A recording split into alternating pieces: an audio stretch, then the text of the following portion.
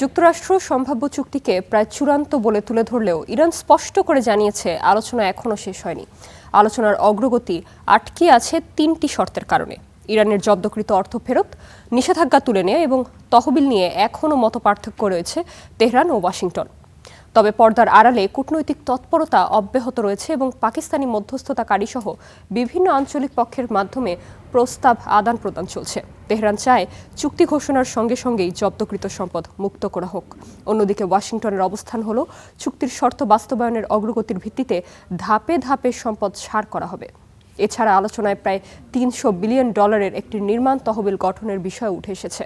Iran চায় অন্তত তেল ও পেট্রোকেমিক্যাল খাতের ওপর আরোপিত নিষেধাজ্ঞা চলমান আলোচনার মধ্যেই তুলে দেওয়া হোক, তবে তা করতে নারাজ যুক্তরাষ্ট্র। এদিকে ইরানের সঙ্গে আলোচনা ব্যর্থ হলেও দেশটির ওপর হামলা আবারও শুরু হতে পারে বলে হুমকি দিয়েছেন মার্কিন প্রতিরক্ষামন্ত্রী।